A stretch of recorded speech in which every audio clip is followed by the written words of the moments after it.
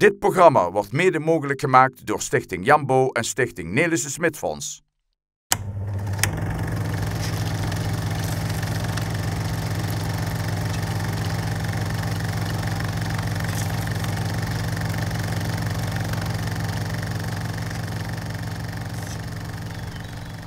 In deze aflevering van Venray van Toen gaan we voor de tweede keer kijken naar unieke beelden uit de rijke historie van de psychiatrische inrichting Sint Anna. We kijken vandaag naar het 25-jarig jubileum van Sint Anna. En ook zijn er beelden te zien van het dagelijks leven en ontspanning op de inrichting destijds. Kijkt u weer mee naar unieke beelden van wat eens was.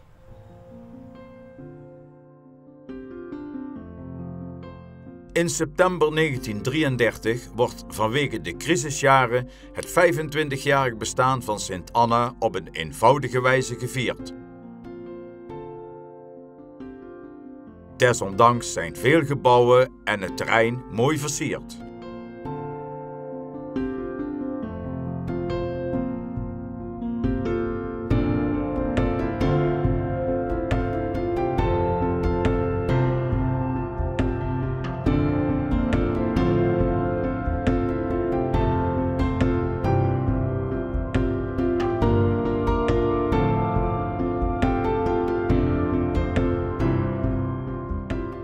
Bij een jubileum horen natuurlijk ook bloemen.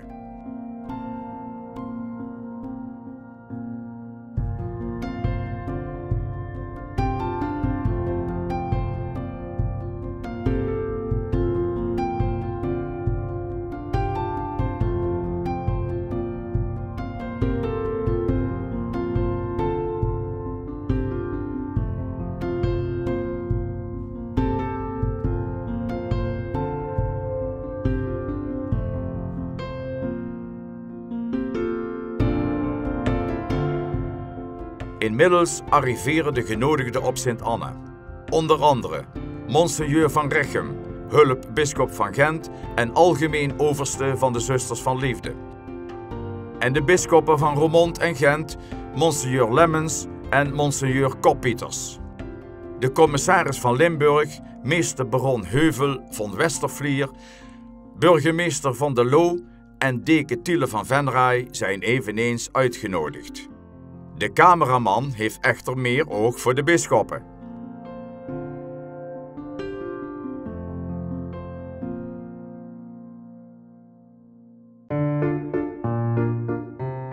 Ook Venraayse burgers melden zich wanneer er een mooie, bonte missieoptocht over de Sint Anna-laan trekt.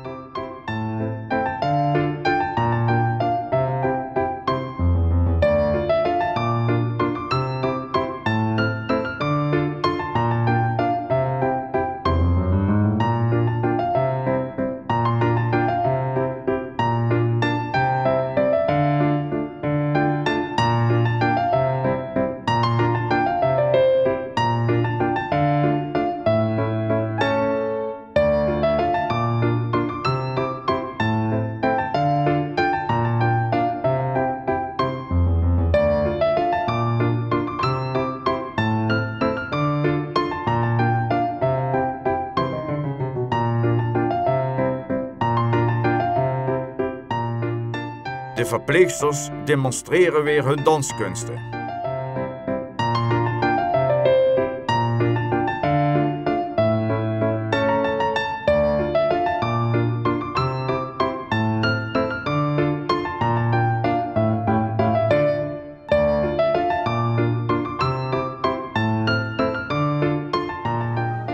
Traditioneel is er ook weer de jaarlijkse sacramentsprocessie op Sint Anna.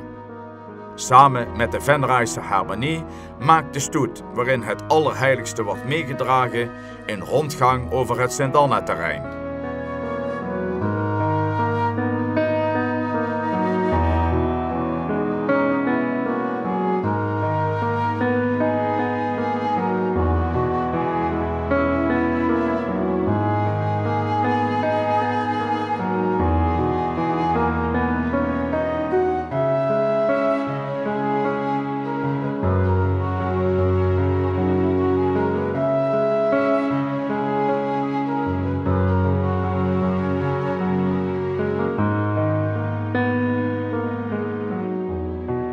Bij het rustaltaar in de versierde kiosk op het kermisterrein worden alle deelnemers plechtig gezegend.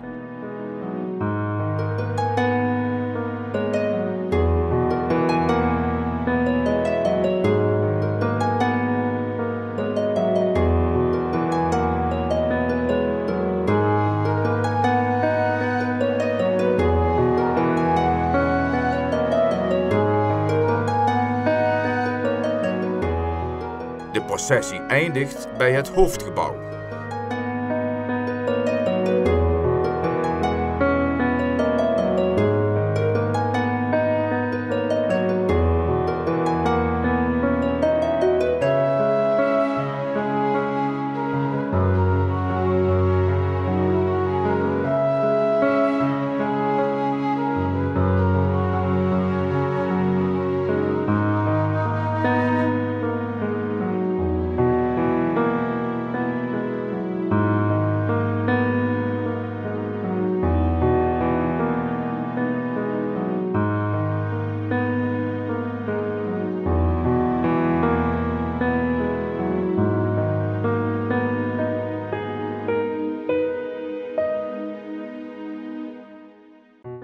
Het kermisterrein in 1935.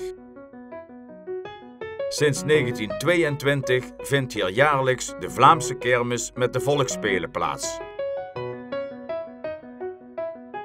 De festiviteiten beginnen met een feestelijke en gekostumeerde optocht naar het kermisterrein. Veel patiënten zijn uitgedost in de meest fraaie creaties.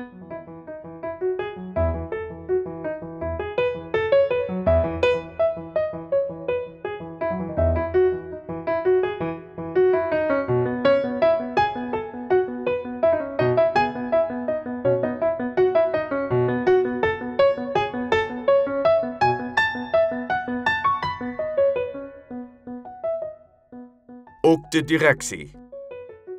Zusters en familieleden sluiten zich achter de stoet aan.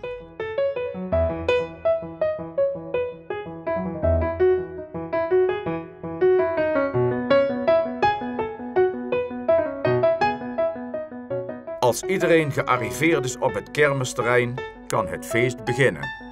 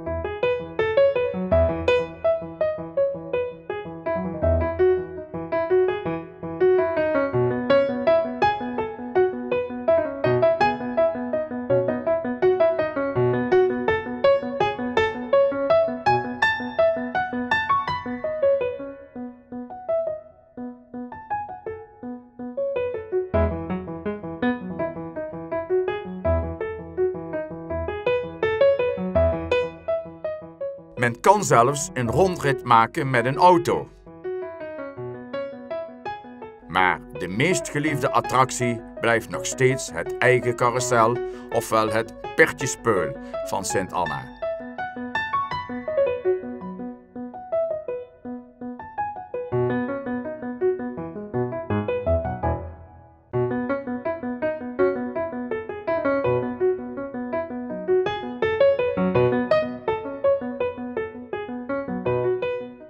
Een belangrijk onderdeel van de Vlaamse kermis zijn de bekende volksspelen.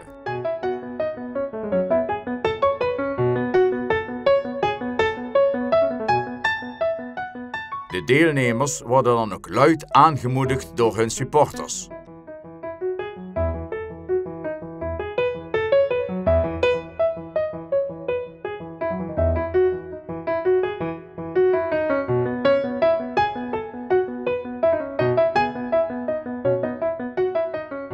De jurering is uiteraard in handen van de zusters.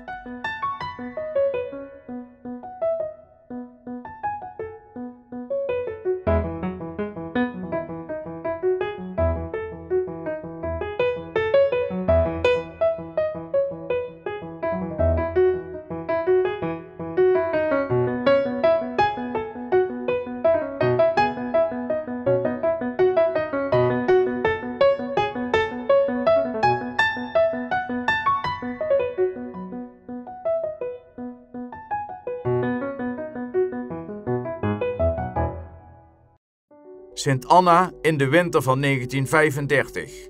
Prachtige plaatjes. Echter, de tuinman van Sint Anna heeft zijn handen vol aan omgevallen bomen.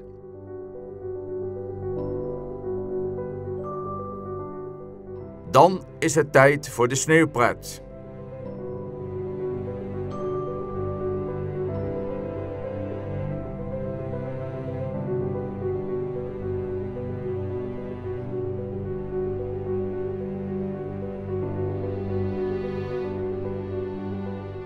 Iedereen, zusters, verpleegsters en patiënten, vermaken zich in de sneeuw.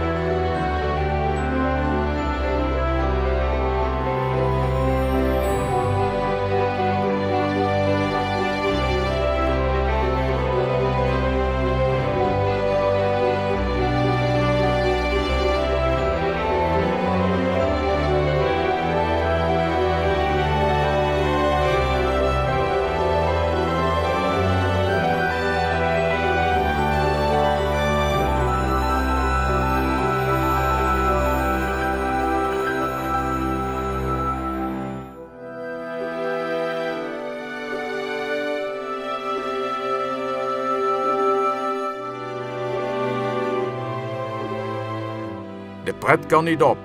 Er is zelfs een ijsbaan gecreëerd. Glijden of gewoon slubberen, op zijn Venra's gezegd, is dan de favoriete sport.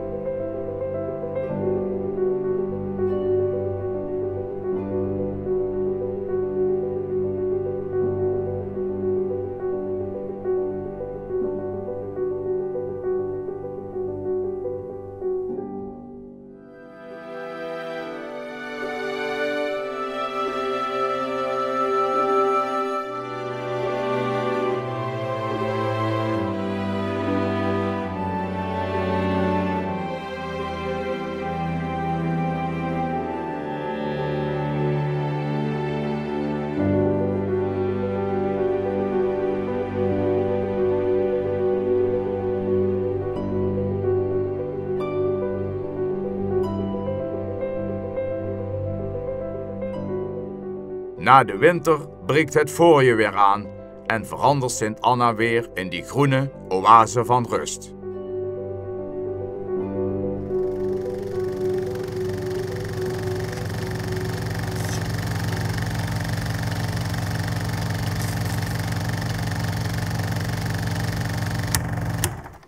Dit programma wordt mede mogelijk gemaakt door Stichting Jambo en Stichting Nelissen Smit Fonds.